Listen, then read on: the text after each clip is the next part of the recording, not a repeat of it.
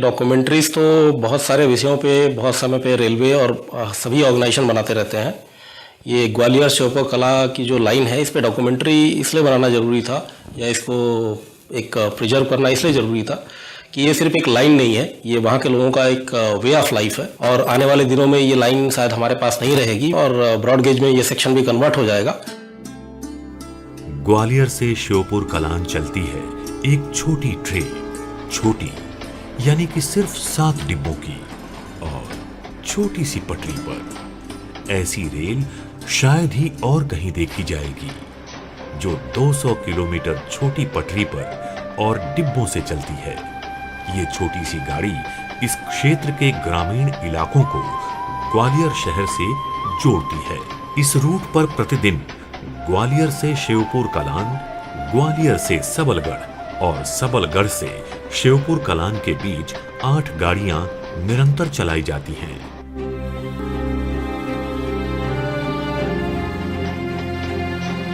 छोटी पटरी को रेल की भाषा में नैरो गेज कहते हैं। आम नैरो गेज की चौड़ाई 2.5 फीट होती है, जबकि इसकी चौड़ाई केवल 2 फीट। भारतीय रेल में पहाड़ों को छोड़कर मैदानों में 2 फीट की रेल सिर्फ यही है। छोटी रेल, इसका इंजन, इसके डिब्बे, पटरियां, ये सब आम नहीं है। तरक्की की राह पर जहां देश में ज्यादातर लाइनें ब्रॉड गेज में परिवर्तित हो चुकी हैं, नैरो गेज के डिब्बे और पटरियों को मेंटेन करना अपने आप में एक चुनौती है।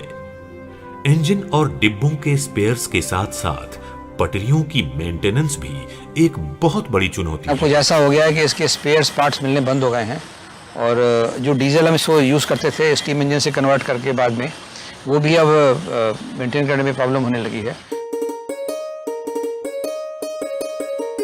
फिर भी रेल कर्मियों के लगातार परिश्रम और मनोबल से इस रूट पर दिन में 8 गाड़ियां चलाई जा रही हैं।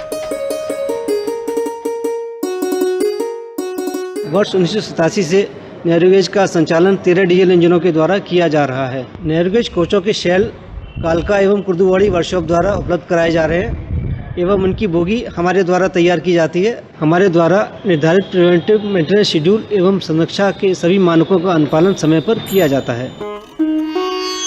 हर क्षेत्र की तरह यहाँ भी रेलवे की महिला कर्मचारियों का योगदान सराहनीय है।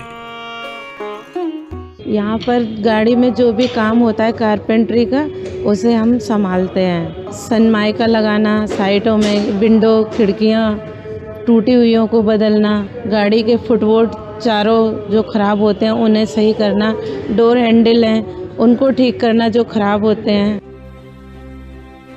प्रतिदिन यार्ड में गाड़ियों की धुलाई, सफाई और जरूरी रखरखाव किया जाता है और साफ एवं सुरक्षित गाड़ी प्लेटफॉर्म पर लगाई जाती है। समय समय पर कोचों और इंजन की ओवरहॉलिंग ग्वालियर स्थित कैरेज एंड वैगन वर्कशॉप में किया जाता है। वीरान जंगलों से गुजरती हुई 200 किलोमीटर की पटरी को मेंटेन करना आसान काम नहीं है, पर रेलवे के ट्रैकमैन और अन्य कर्मचारी पूरी कर्मठता के साथ लगातार जुटे रहते हैं, जिसकी वजह से ट्रेन सुरक्षित बिना रुकावट के चलती है। ये चाबी अगर ढीली है तो इसमें गेज खराब होने का डर रहता है, इसलिए उसको इधर उधर से ठोकने पे गेज बराबर बना रहे, इसलिए टाइट की जाती है चाबियां।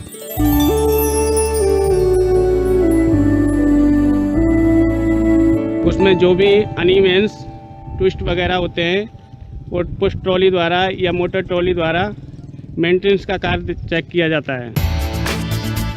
समय समय पर वरिष्ठ अधिकारियों द्वारा निरीक्षण के साथ साथ कर्मचारियों को प्रोत्साहित भी किया जाता है।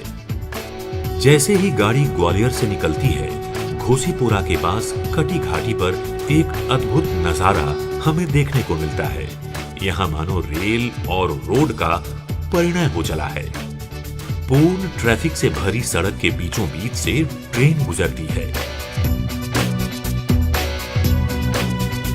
ट्रेन जैसे ही गुजरी, उसके पीछे मोटरसाइकिलें, कारें हॉर्न देते हुए निकलती हैं। ये एक ऐसा दृश्य है जो इस रूट के सिवा हमें और कहीं दिखाई नहीं देता।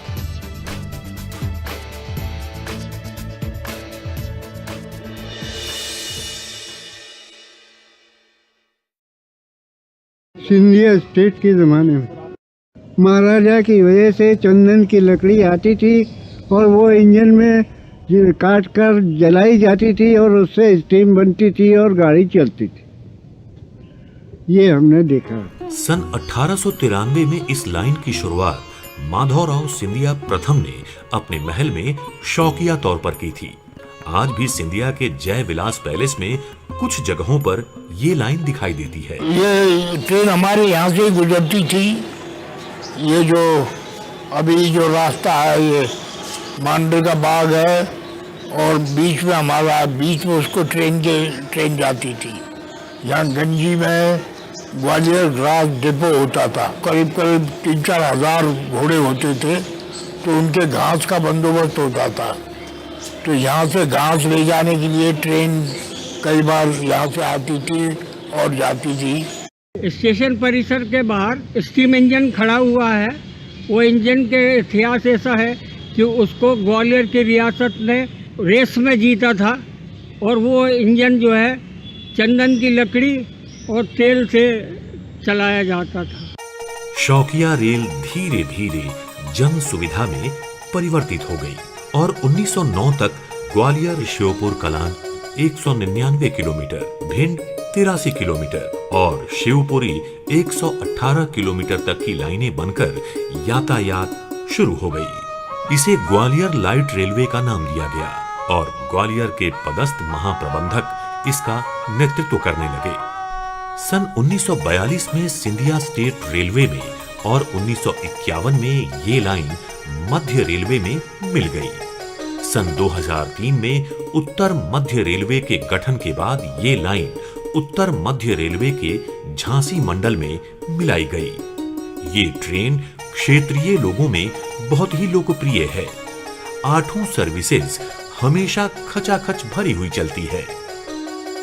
इंजन को सामान ले आए, ट्रैक्टर को आवे, मरीज दिखावे आवे ग्वालियर। हम चल रहे हैं 40 साल हुए करीबन। ये चारों ओर से खचाखच भरी हुई ट्रेन का दृश्य इसकी लोकप्रियता का प्रतीक है। नानी के वहाँ कैलारस, ग्वालियर से कैलारस तक की जाती। इस क्षेत्र के लोगों के लिए यातायात के दूसरे साधन या तो है ही नहीं और जहाँ कहीं है भी तो लागत इतनी ज्यादा है कि ये गरीब लोगों की क्षमता से बाहर है। और कोई साधन ही नहीं है इस रूट पे हमारे लिए। ज्यादा चलती रहे गाड़ी, बड़ी भी हो जाए, ये भी चलती रहे। शादी हुई है, इसी ट्रेन से आना जाना होता है ग्वालियर से गांव। इसीलिए इस ट्रेन का कोई और विकल्प नहीं है। ये गाड़ी ग्वालियर से घोसीपुरा, मोती झील, बामूर गांव, जौरा अलापुर, कैलारस, सबलगढ़, बीरपुर, इकडोरी जैसे 28 स्टेशंस के माध्यम से 200 गांवों को जोड़ते हुए 199 किलोमीटर दूर शिवपुर कलान तक यात्रा करती है। सबलगढ़ और इकडोरी के बीच का रास्ता देखते ही हमें ऐसा लगेगा जैसे प्रकृति ने हमारी रेल को अपने आलिंगन में ले लिया हो। नदियां, झरना, झील, पहाड़ी, सब में से गुजरी रेल हमारी। यह सेक्शन प्राकृतिक के मनमोहक दृश्यों से भरा हुआ है। यहाँ पे आपको नदियां, नहरें, पहाड़ी, जंगल, खेत सभी देखने को मिलेगा। बीरपुर और इकडोरी के बीच कुनो नदी से जब ये ट्रेन गुजरती है वो दृश्य आंखों में बस जाता है।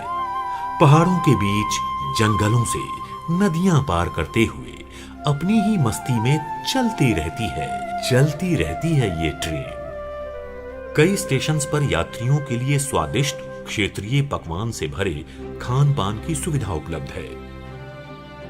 इस एरिया में आप लगभग 200 किलोमीटर सिर्फ 45 रुपए में कवर करते हैं। अगर हम नैरो गेज के सेक्शंस देखें, शिमला, कालका, दार्जिलिंग, अधिकतर टूरिस्ट सेक्शंस हैं, बट ये सेक्शन यहाँ के ग्रामीण वासियों का एक शुरू से ही इकोनॉमिक नर्व सेंटर रहा है। शुरू में यहाँ पे मालगाड़ियाँ भी चलती थी जिससे कि सभी किसान लोग अपना उत्पाद लेके ग्वालियर तक आया करते थे। इस सेक्शन में अभी भी सन 1909 की व्हील सिग्नल का उपयोग किया जा रहा है और पॉइंट चेंज भी मैनुअली किए जाते हैं। ये लाइन इस रेलवे के कर्मचारी अधिकारियों को बहुत प्रिय है, बहुत पुरानी लाइन है। इसके साथ ही लोग पले बड़े हैं, इस इलाके के लोगों से जुड़े हुए हैं। ये नैरो गेज की सबसे लंबी लाइन है। जहाँ जहाँ पर आने जाने का कोई साधन नहीं है, वहाँ पर ये 28 स्टेशनों के माध्यम से 250 गाँवों को एक दूसरे से जोड़ती है। यहाँ गरीब किसान और कुछ यहाँ पर आदिवासी बाहुल्य क्षेत्र है, जिनका जीवन यापन का एकमात्र साधन ये भारतीय रेल है। इस नैरो गेज ट्रेन का आज मैं संचालन करने जा रहा हूं और मैं बहुत ही इस ट्रेन का संचालन करने पे बहुत ही प्राउड फील करता हूं, क्योंकि ये अपने आप में एक हेरिटेज ट्रेन है।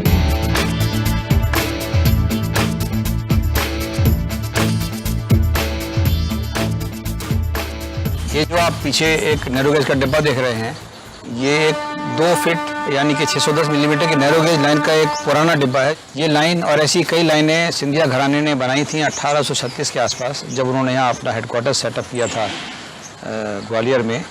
यात्रा की सुविधाएं देने के लिए बनाया था, इससे बिजनेस हुआ करता था, लोग अपनी यात्रा पूरी करते थे।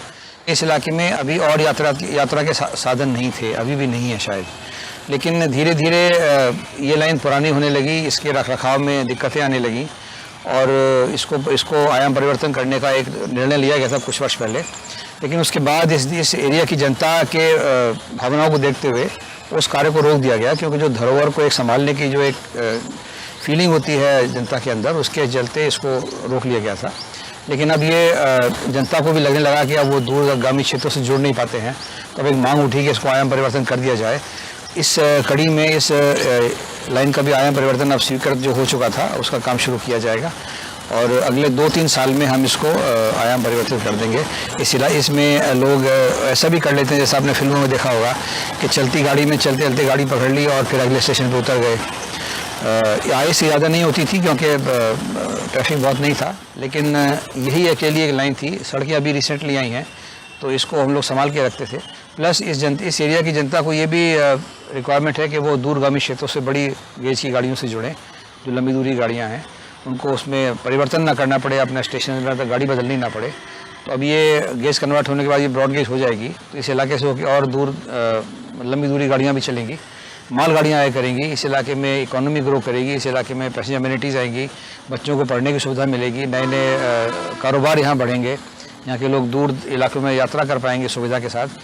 तो इस कड़ी में अब इस लाइन का गेज कन्वर्शन सैंक्शन हो गया है, जो हम लोग जल्दी ही शुरू करने वाले हैं। हालांकि उन्नति की राह पर ये लाइन शीघ्र ही ब्रॉड गेज में परिवर्तित की जाएगी। इसकी यादें इस क्षेत्र के लोगों से हमेशा जुड़ी रहेंगी और आने वाली पीढ़ियों के लिए धरोहर के रूप में रहेगी। इस रेल के प्रति लोगों की भावना को इस सज्जन ने बखूबी व्यक्त किया है।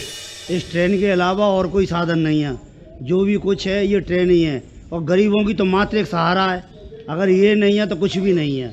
मोटर में लगते हैं 250 रुपये, उसमें लगते हैं ग्वालियर के केवल 30-40 रुपये। इससे अच्छी सुविधा कहाँ मिलेगी साहब? बड़ी चलेगी जब चलेगी, इसे तो चलने दो, ये ज़िंदगी है साहब।